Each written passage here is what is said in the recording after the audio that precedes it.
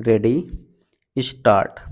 अध्यक्ष जी, जिस समय पाकिस्तान ने भारत पर हमला किया था उस समय उन्होंने देश की रक्षा के लिए महत्वपूर्ण कार्य किया था।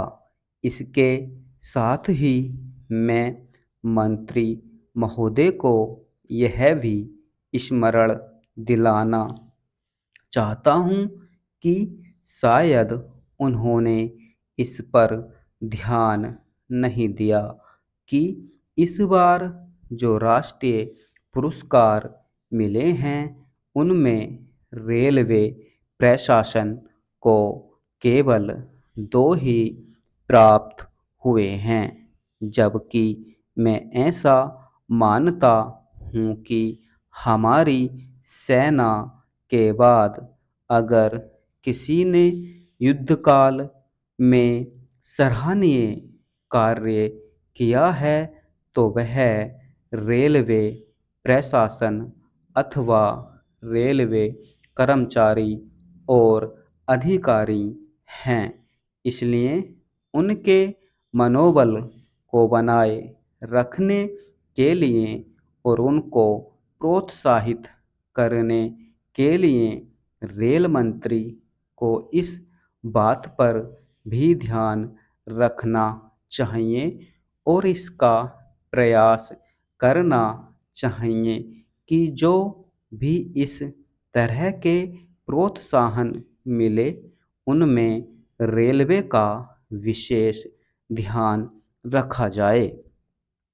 रेल मंत्री महोदय ने अपने वक्तव्य में भी रेलवे कर्मचारियों की प्रशंसा की है या उनको प्रोत्साहन दिलाया है, लेकिन यह प्रोत्साहन शांति काल में भी बना रहना चाहिए।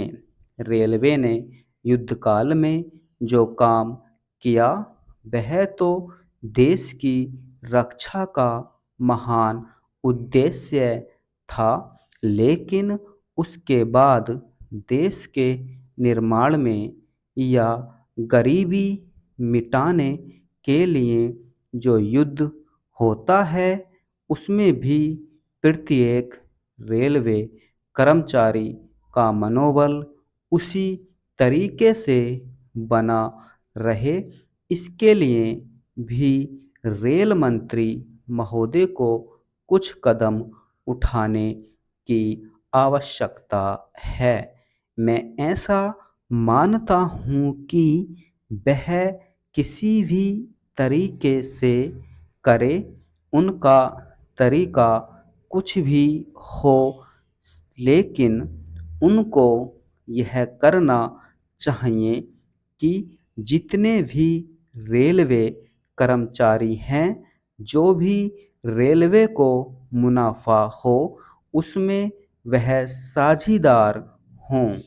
चाहे आप उनको बोनस के रूप में कुछ दें, चाहे किसी और तरीके से दें, लेकिन हर वर्ग के रेलवे कर्मचारी को मालूम होना चाहिए कि यदि वह देश के निर्माण के संबंध में ठीक तरह से काम करेगा तो उसको पुरस्कार के रूप में या वेतन के अंश के रूप में अपने वेतन के अलावा पैसा मिलेगा।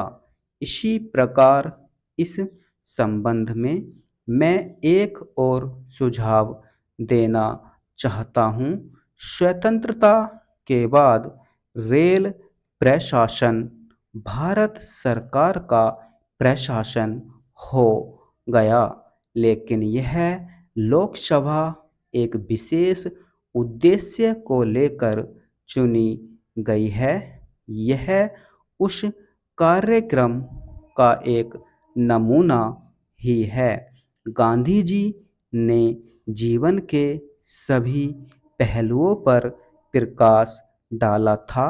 धन को वे संयम से व्यय करने के हक में थे। स्टॉप।